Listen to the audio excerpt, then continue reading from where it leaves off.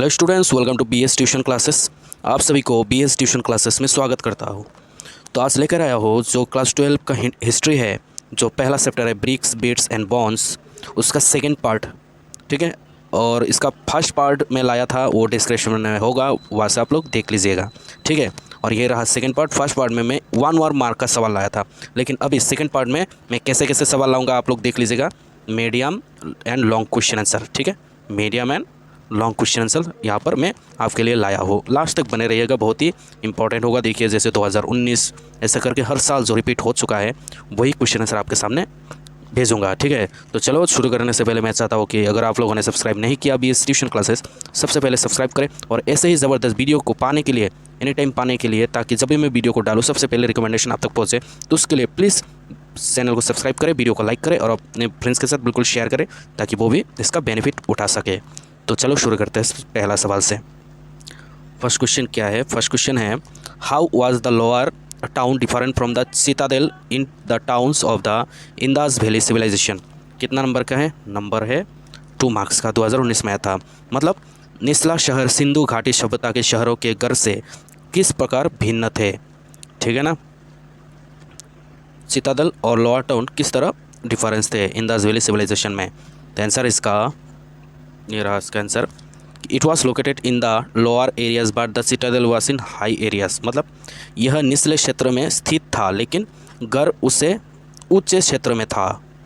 उसके बाद ये वाला पढ़ो, this part of the town was much larger than the Citadel on the while was small in size. मतलब शहर का यह हिस्सा घर से बहुत बड़ा था, जबकि आकार में छोटा था। तो ये हो गया पहला answer.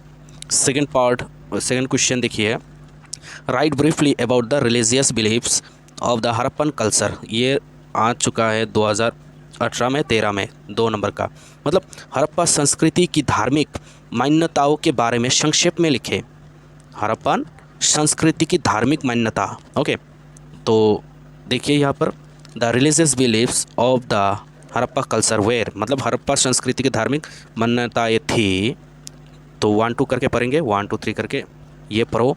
The Indus valley religion is polytheistic and is made up of Hinduism, Buddhism and Jainism.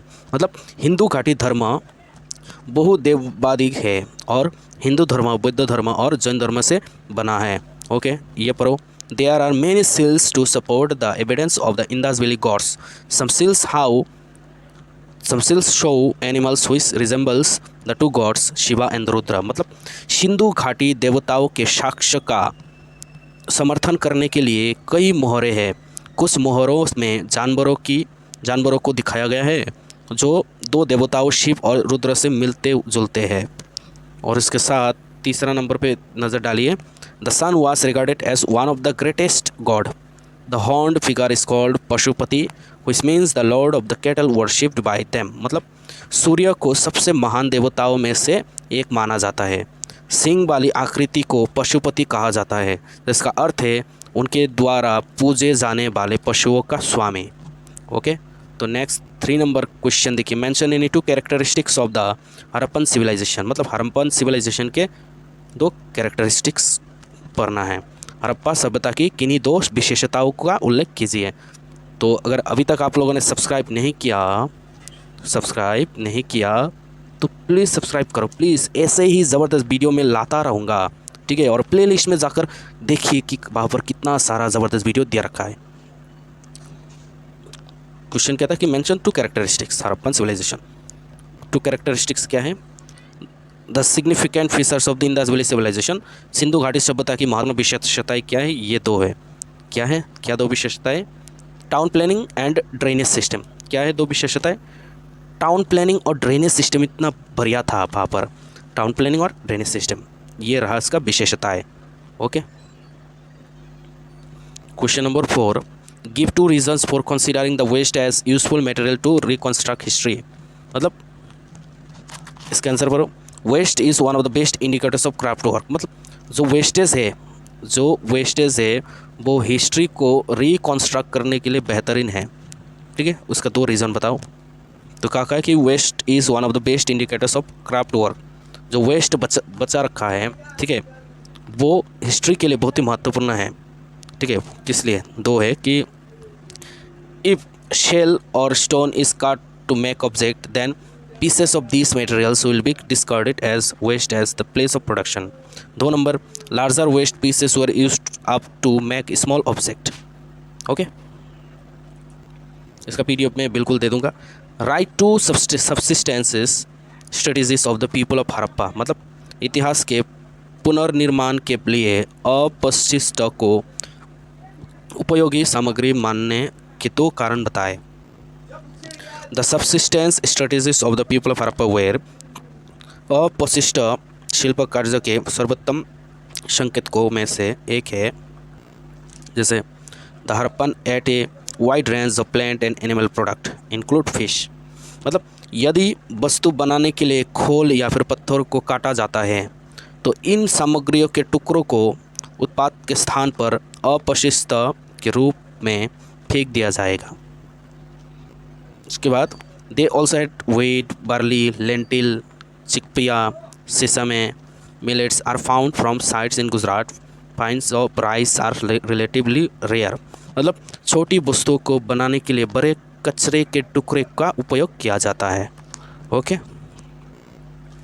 Right two features of Harappa script, 2 features लिखना है, 2 विशेषताएं लिखना है हड़प्पा स्क्रिप्ट के बारे में, हड़प्पा लिपि के बारे में. उसके बाद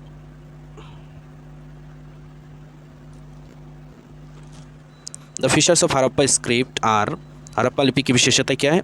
picture writing, most inscriptions are short, the longest containing about 26 science, मतलब कि अधिकांश शिलालेख छोटे हैं जिनमें सबसे लंबे समय तक सभी चिन्ह हैं. उसके बाद the script was written from right to left as some seals show a wider spacing on the right. लिपि दाई से बाई और लिखी गई थी क्योंकि कुछ मोहरों में दाई और अधिक दूरी दिखाई देती है. So mention 2 important areas of Harappa culture, मतलब हड़प्पा संस्कृति के 2 महत्वपूर्ण क्षेत्रों का उल्लेख करो. The Harappa and Mohenjodaro site, वो 2 क्या है? वो है एक हड़प्पा साइट से और एक है Mohenjodaro site. Okay, question number 8, what are the archaeological source to know about Harappan people, मतलब हड़प्पा के लोगों के बारे में जानने के लिए पुरातात्विक स्रोत क्या है? मतलब their houses, pots, ornaments, tools, seals, in other words from archaeological evidence. क्या क्या मतलब? उनके घर, बर्तन, आभूषण, औजार और मोहर, दूसरे शब्दों में पुरातात्विक साक्ष्यों से. ओके, उसके बाद ये क्या है? What is sewer system? Sewer system क्या है? A system of connected pipes whose purpose is to remove waste water, मतलब जुड़े हुए पाइप की एक प्रणाली जिसका उद्देश्य अपशिष्ट जल को निकालता है. ओके, मतलब वेस्ट वाटर को निकाला जाए, ठीक है, उसको सीवर सिस्टम कहा जाता है. What is an artifact? Artifact क्या है? इसका मीनिंग है कि artifacts are the remains of things that were made by the people, not the remains of living things. An archaeologist must know the difference between an artifact and a fossil. Archaeologist looks for artifact only, मतलब कलाकृतियाँ उन चीज़ों के अवशेष है जो लोगों द्वारा बनाई गई है, ना कि जीवित चीज़ों से अवशेष. एक पुनरावृत्त को एक कलाकृत और एक जीवाश्म के बीच का अंतर पता होना चाहिए. पुरातत्वविद केवल कलाकृतियों को की तलाश करते हैं. उसके बाद mention the different phases of Indus valley civilisation, मतलब सिंधु घाटी सभ्यता के विभिन्न चरणों के उल्लेख करो. ये है 3. क्या क्या है? The early Harappan phase from 3300 to 2600 BCE. The mature Harappan phase from, ये रहा डेट. उसके बाद the late Harappan phase from, ये रहा डेट, मतलब प्रारंभिक हड़प्पा चरण. ओके, और दूसरा है परिपक्व हड़प्पा चरण और एक है सर्गीय हड़प्पा चरण. डेट याद रखिएगा. उसके बाद which metals were mostly used to make the tools and weapons for Harappa civilisation, मतलब हड़प्पा सभ्यता के औजार और हथियार बनाने के लिए किन धातुओं का सबसे अधिक उपयोग किया जाता था? कौन क्या क्या थे? Copper and bronze were mostly used to make the tools and weapons for of Harappan civilisation, मतलब हड़प्पा सभ्यता के औजार और हथियार बनाने के लिए तांबे और कांसे का ज़्यादातर इस्तेमाल किया जाता था. ठीक है, ये रहा आपका कुछ इंपॉर्टेंट क्वेश्चन आंसर, और इसका और भी पार्ट निकलेगा। बस आपको करना क्या है, BS ट्यूशन क्लासेस को ज़बरदस्त तरीके से सब्सक्राइब करना है और अपने फ्रेंड्स के साथ बिल्कुल शेयर करना है, वीडियो को लाइक करना है और एक कमेंट करना है कि कैसा लगा और कैसा कैसा वीडियो आपको चाहिए होगा। ठीक है, और अगर कुछ गलती हो गया, गलती बिल्कुल हुआ होगा तो उसके लिए मैं माफ़ी मांगूंगा। Thank you so much.